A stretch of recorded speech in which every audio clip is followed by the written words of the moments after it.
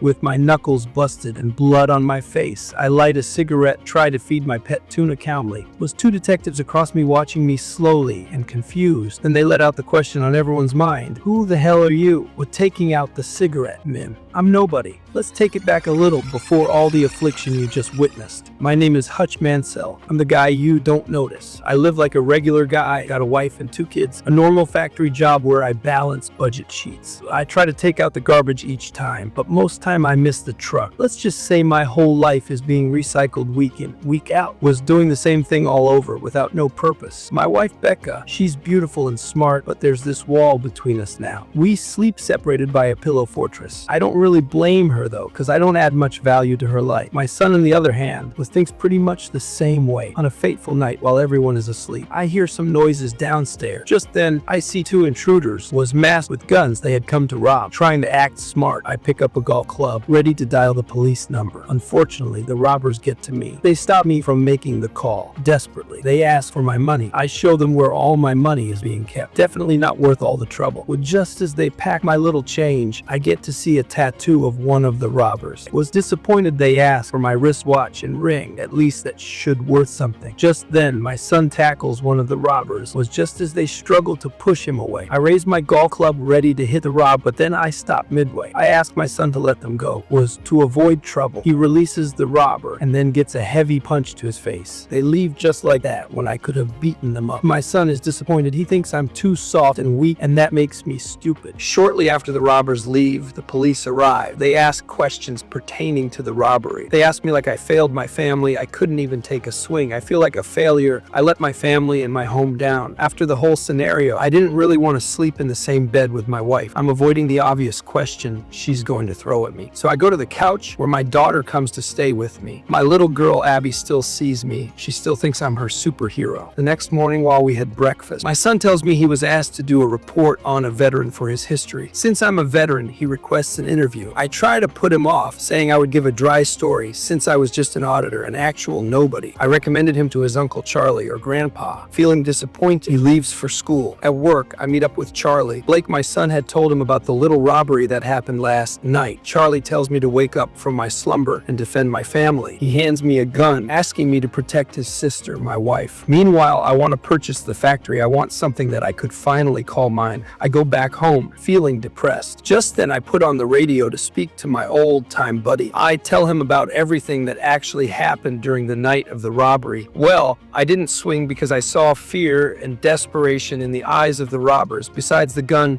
that was used to threaten me had no bullets in it. I take a train to visit my old man in the nursing home. He notices that I'm not okay. He sees it in my eyes. My grandpa reminds me of the man I used to be. I go back home, stare at my lovely family, who is on the brink of falling apart. Just as I go in, I find out that Abby's kitty cat bracelet is missing. It was in the same tray can the robbers stole from, and that flipped a switch in me. I leave the house mysteriously as I go over to Grandpa's place. David Hansell, my father, is a retired FBI agent. I pick up his pistol, ready to do what I should have done a few nights back. Grandpa gives me the go-ahead. I head over to different tattoo shops looking for the same tattoo, which probably could lead me to the girl who robbed my house. Finally, find the tattoo shop, flash my FBI card. Just then, an old man notices that it is fake, and my badge have been expired for over 20 years. How'd he know that? Well, cover's blown, so I had no other option but to threaten them in a way that could result in a fight. The old-timer sees my tattoo, a 2 of hearts and a 7 of spades. He immediately takes off like he saw the devil and then locks himself in the back room. You could guess the reaction of the other people in the room. They know who I am, or who I used to be. I locate the robber's apartment. Just as they are about to have dinner, I attack the man. Asked for my wristwatch and the kitty cat bracelet. Well, they could only provide the wristwatch. This made me really angry. I pounce at the man, ready to release the trigger. Just then I hear the cry of a baby, a sick one at that. That made me stop. I walk away. Again, boiling inside, I begin to hit the wall with my fist repeatedly. That night, just as I board a city bus back home, an accident happens, causing the bus to break down. Just then a group of drunken men crashed in. They were loud and arrogant. Just as I observed them, I prayed the good Lord make them fall into my trap, and they did. They go on to corner a young woman. I stood, ready to let all hell loose. Just then I take out my gun and emptied the bullets.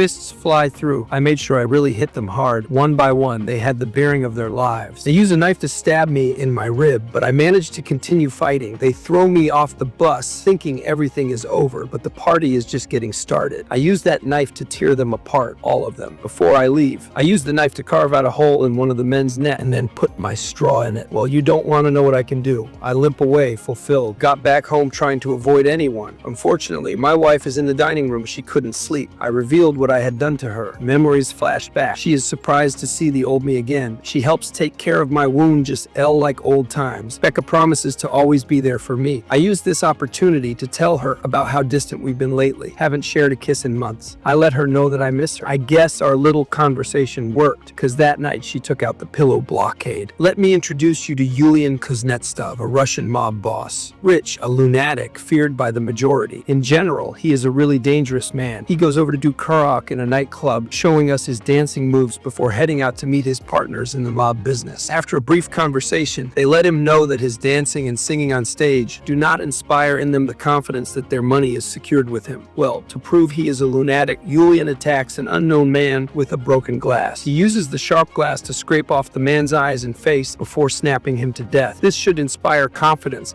in the other members. Yulian receives a call. It turns out that one of those thugs on the bus, his brother, is Yulian the lunatic. Yulian goes to visit his brother, who has been hospitalized and is in critical condition. He is really angry as he vows to destroy whoever did that to his brother. Yulian learned from the other men that one man did this to them. He is furious as he uses a chair to repeatedly hit one of the victims. He learns about the bus incident and then takes my bus card to find me. I have been really feeling great recently, now more alive than I used to be. I let Blake know that his tackle on the robbers that night was epic, and I'm really proud of him. I get a call from my buddy again. He congratulates me for finding salvation after the bus fight, but then warns me of Yulian Kuznetsov. I don't know who that is, so I hang up the phone. He messages me again while at work, telling me to go meet the barber, and he will tell me everything. I head over to the barber shop, where I demand to know everything about Yulian. Well, the file reads that he is a connected, funded sociopath with so many resources to make bad things happen. Just as Yulian have his workers look into my file, I also find out that he wants to take care of me because of his share in the Obshak, a Russian mob with over $100 million. And Yulian is the current caretaker of the money. His staff find my file and pictures of my past atrocities. Well, she quits. Finding out about me, Yulian orders that I be captured alive. On this fateful night, my wife and kids gather to eat lasagna with me. I tell them of a trip to Italy, just as they contemplate on it. I see Yulian's men, heavily armed, heading towards my house. Quickly, I take my family to the basement, where they will be safe for the time being, while I go on to attend the main event. I managed to take down a lot of Yulian's men with my combat skills. However, I'm unlucky as one of them manages to bring me down. They drag me to the boot, ready to the meet to their boss, Yulian. With a trick, I managed to uncuff myself as I used the fire extinguisher to cause a bloody accident that leaves everyone dead, except me and the black Russian thug. Well, he's almost dead. Tell him about how I began working for an agency as an auditor.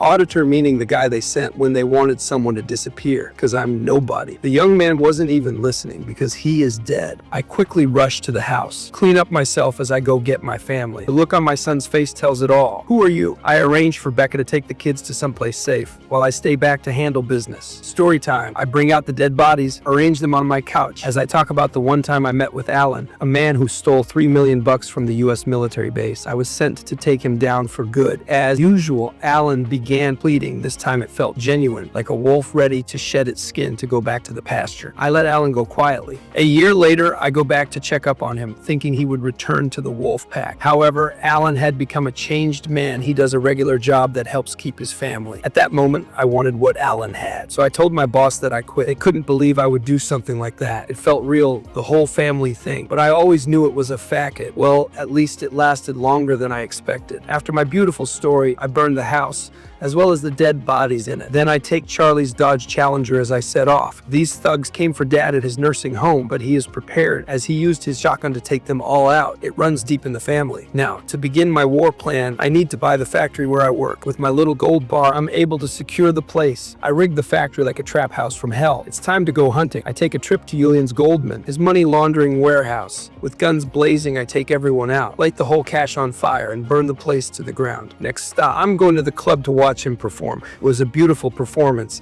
but his reaction was more beautiful when he found out that Abshak is in ruins. I ask that we end this and call it a truce since he sent his men to my house. This little meeting didn't go down well as a furious Yulian orders his men to chase after me. In a hot pursuit, I'm able to take out some of Yulian's men with my insanely good driving skills and gunfight. Back at my trap house, just as the Russians got me cornered, my half-brother Harry, who has been living off the grid, comes to my rescue. I'm surprised to see my father too, with his shotgun. 3 men, dozens of angry Russians. Perfect odd. It's time for the party. Harry snipes. A damn good shot. Dad rides in with a shotgun while I handle the automatics like a ghost. We were a perfect trio. Bullets go flying, guns blazing, and Russians dropping like dead flies. The booby traps I had put in place helped in taking a whole lot of them. With all our bullets out, Yulian is the only person alive, is still coming in hot. He manages to hit Harry. Luckily enough, it isn't enough to kill him. With no other option left, I had to resolve to use the bomb to end Yulian. Luckily, I'm on the safer side, but Yulian ends up all burnt.